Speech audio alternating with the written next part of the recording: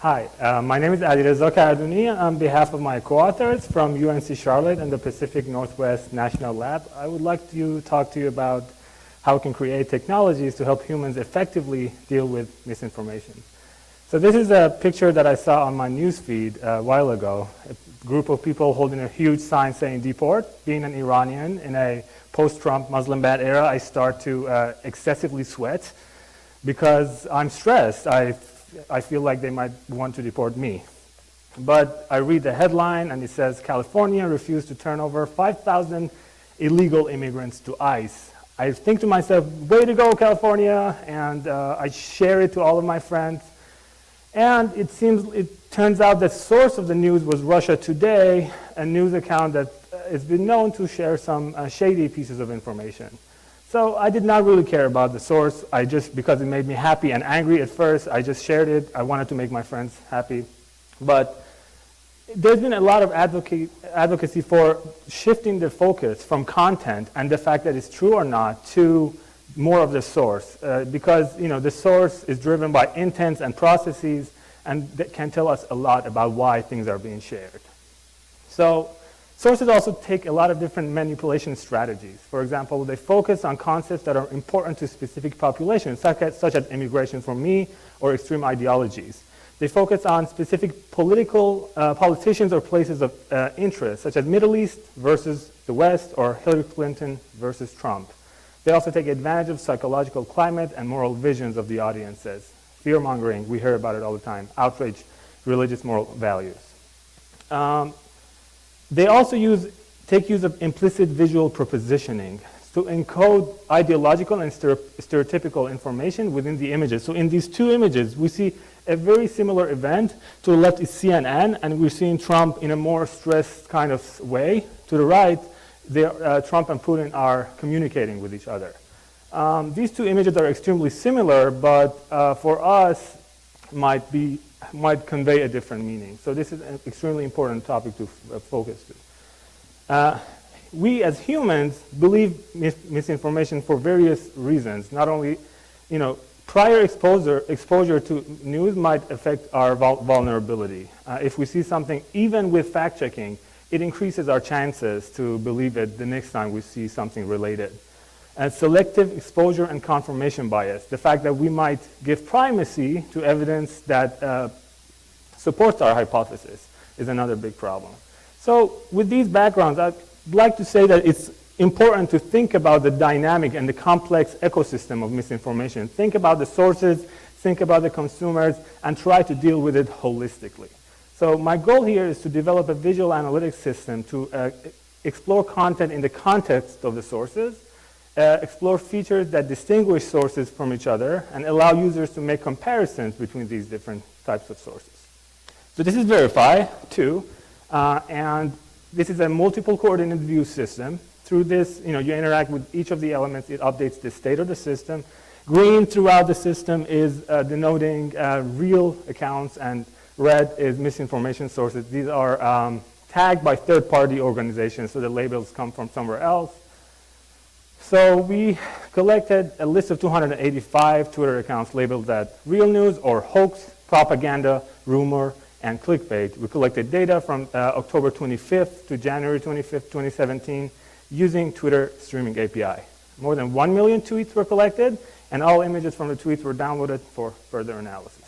We set a few tasks for our system to achieve based on a prior study where we found that a combination of linguistic and social network features work well in predicting whether a source is real or not.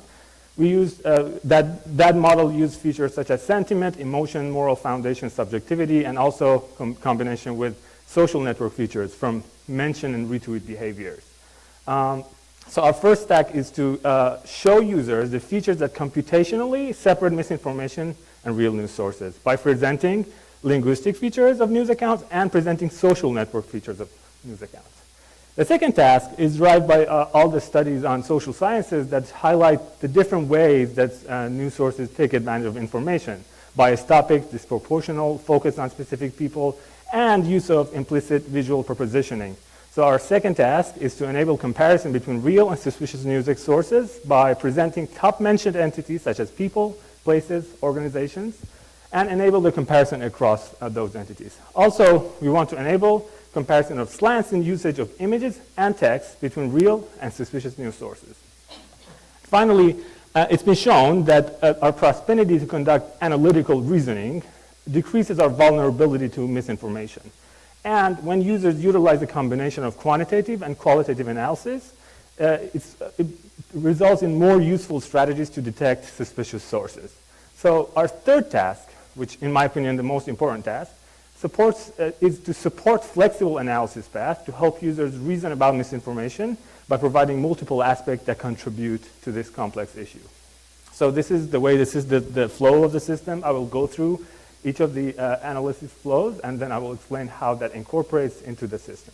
So the first, we extract from the text of the tweets various features such as moral foundations, bias, subjectivity, and used models such as emotion and sentiment analysis. We created a classifier that helped us understand which features were most predictive of whether an account is a real or a suspicious source.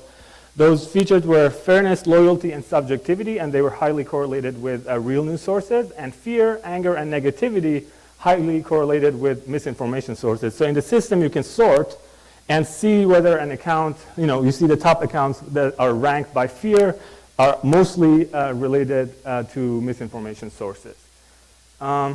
Furthermore, we also extracted named entities such as people, places, and organizations, and allow users to explore those, and also used feature extraction from word-to-vec and cosine similarity to bring in words that are similar to certain concepts so people can compare across real news and fake news again. So this is the way the visualization shows it. You can click on any of these entities. It will filter the data. And then when you click on it, you will see related words from misinformation sources and real news sources. So, and you can keep exploring and cross-filter and go on. So for social network, we use both the text and the meta information. So we created two separate networks. One was between the accounts, the Twitter accounts, and the named entities we extracted from the text. Using this bar python network, we conducted community detection.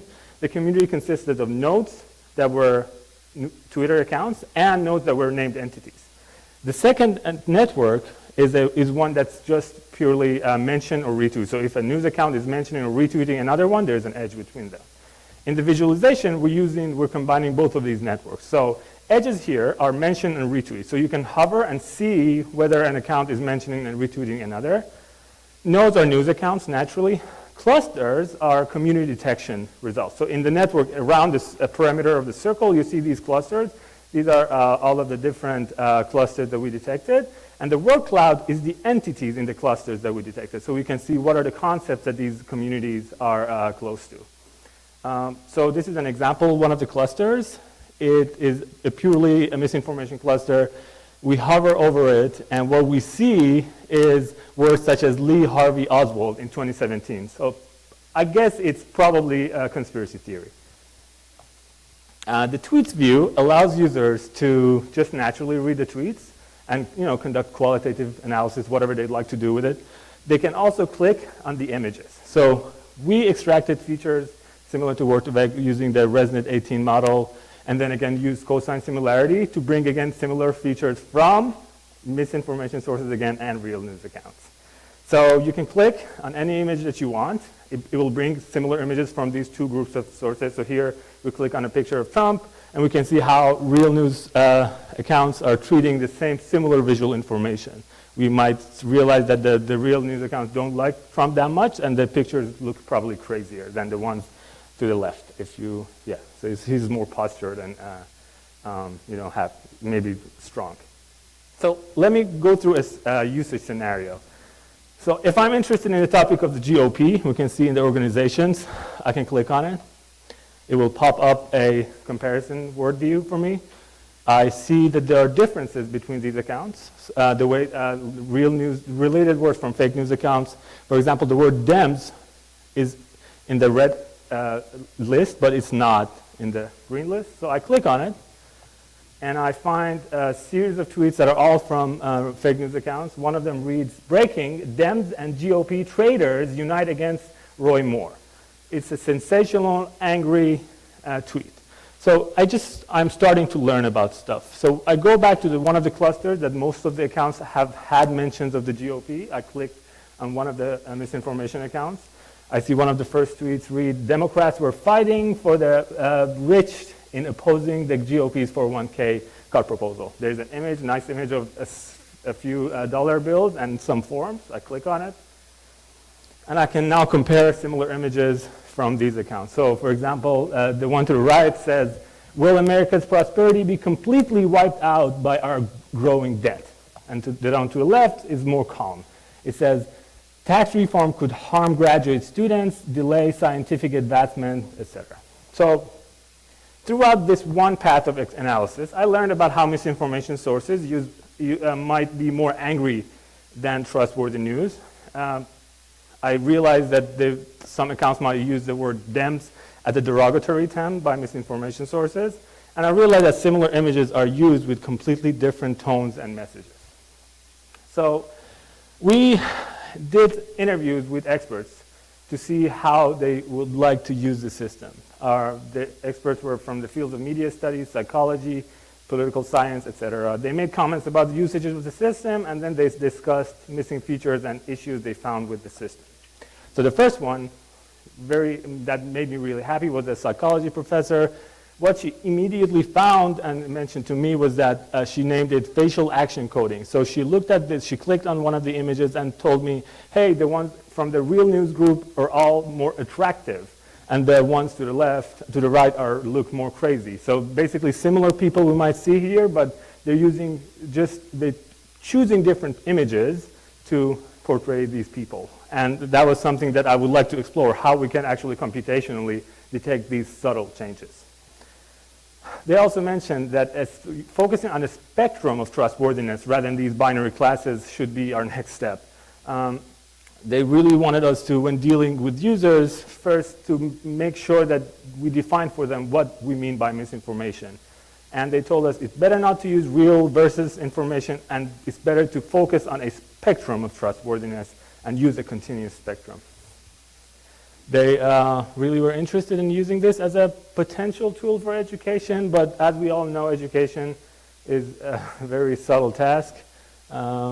So some of the things they suggested, we're working on a curriculum. One of the things that they suggested was that make sure not to alienate individuals by imposing our own biases in the system, discourage individuals from partisan reasoning, try to use a more simplified version of the system so people are not overwhelmed by information, and allow students to use the system to make decisions.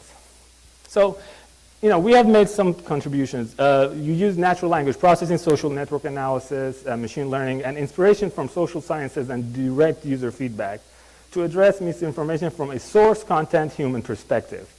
Our focus was not on fact-checking, but on analytical assessment of sources and their relationship with content.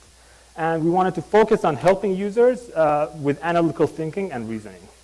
So some of the future works is to allow users to make modifications to the outputs of the system, allow users to make judgments and decisions, not only give them the answers, but allow them to help with it, and develop a simplified mobile version. That's something I'm working on currently. In the process of removing binary labels, I want to move towards a spectrum, using classification explanation as an alternative, and incorporate features to highlight suspicious cues in images. So just a personal note, I'm close to being done. When I was putting together these slides, this news came out, and I was extremely depressed because I'm working in the same kind of world, in a realm, and I saw this and I was like, is what I'm doing really helpful at all? I think it's good. It's a good step, minuscule step towards helping with this huge issue we have with social media. But I sincerely want to call to all of these great people in the audience to help me to, maybe we can create an arsenal of tools to way more effectively deal with things that might affect incidents such as this that are extremely depressing. Thank you.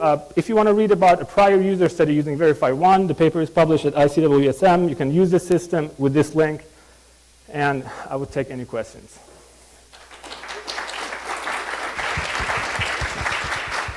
So question from the audience. this time you have a question. Yes. Hi, thanks for the very good, nice talk. It's not really a question, it's more like future work. You said that you want to make a simplified version for mobile phone. Have you thought about like a plugin, probably from the browser, that if you see such news that you can hover over it and then see your system, why it's trustworthy or not? Yeah. Because if you every time need to go to another system, it's probably it's easier if you just have like to hover and with a plugin. I agree. It is a trade-off. I've seen there's a lot of plugins that are coming out. Personally, from a personal perspective, I think it's a great idea. However, it is with plugins we have a minimal amount of space to deal with, and most of the plugins that come out are dealing with fact-checking. And I think that's what people expect. I'm struggling with finding a suitable, so visual analytics is my expertise. So I tend to create crazy complex interfaces. But I'm moving towards that, and I would take any suggestions or inspirations that you could give me. I would love to talk to you after that. Okay, thank you. Another question here. Hi, Aaron Springer, UC Santa Cruz.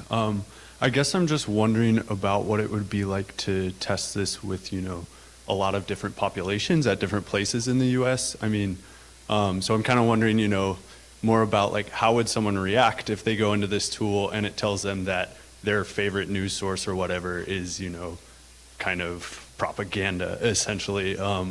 How do you make them accept something like that or show enough information that they're willing to consider that rather than just outright reject what the tool's telling them? That's a great point. That's something that came out from the experts. That's what they asked me, that probably people, if you tell them, there's a group of people that if you tell them Breitbart is fake news, they would just say, hey, you're fake news, right? So, and that's why we're trying to first move away from this type of labeling and make it something that's just say, this is less trustworthy. So make them at least think a little bit. We did do a user study with a earlier version of this. We asked about 120 people of college students, and we didn't show them the names of the accounts. So we tried to actually mitigate for that. But the results are interesting. Some people are, with any information we give them, it's hard to ask. Accuracy is not that easy of a task to achieve, basically. That's what I can tell you. Okay, more questions. Oh, here you go. Thanks for the talk.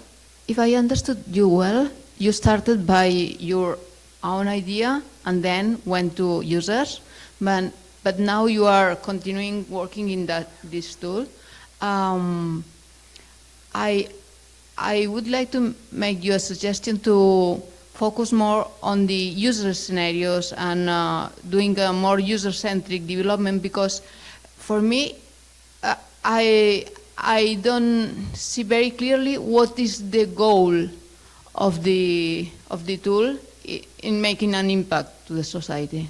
And I think it's a very nice tool too. Yeah, thank you for the comment. Within our team, we had fights over what is the goal of the tool, and I think many teams have the same types of discussions. Potentially, my goal was to expose the features that we can show people initially. So I wanted it to be educational. I didn't claim it to be educational in the beginning, but it's a really huge task to give. That's a very good point, and I am moving towards, so this will become part of my thesis, and I'm moving towards to basically modifying this with a user-centric approach. Thank you very much for the comment. Yes, any one last question? Can take one more question. Maybe I have a question. So, so I really like the suggestion, I think from the educator, where we're saying instead of doing labeling yes and no, you do a spectrum. Yeah. How do you envision integrate that into the design? So you only provide ranking or some other way? So if we only provide ranking, and from this conference we learned that we risk again alienating people and having it be tough to understand. Our goal is to make it more fluid. First of all, to allow users to change the system. So if they make the system interactive in the sense that if you really disagree with something, we don't put it in a way that you don't, you like it. We just let you switch it to something else, but give you nudges that this might be different. But The other thing is, I think if we want to have a spectrum, then all the features that we included could not be static. Currently it's static, so they all have to change to say, hey, these are the best explanations of why this score has been given. So I think that's something that I'm like, if I go back 2 days, I will start, I'm keeping working on it. So thank you for the question. Great. So let's thank Alireza again for a very timely talk. Thanks.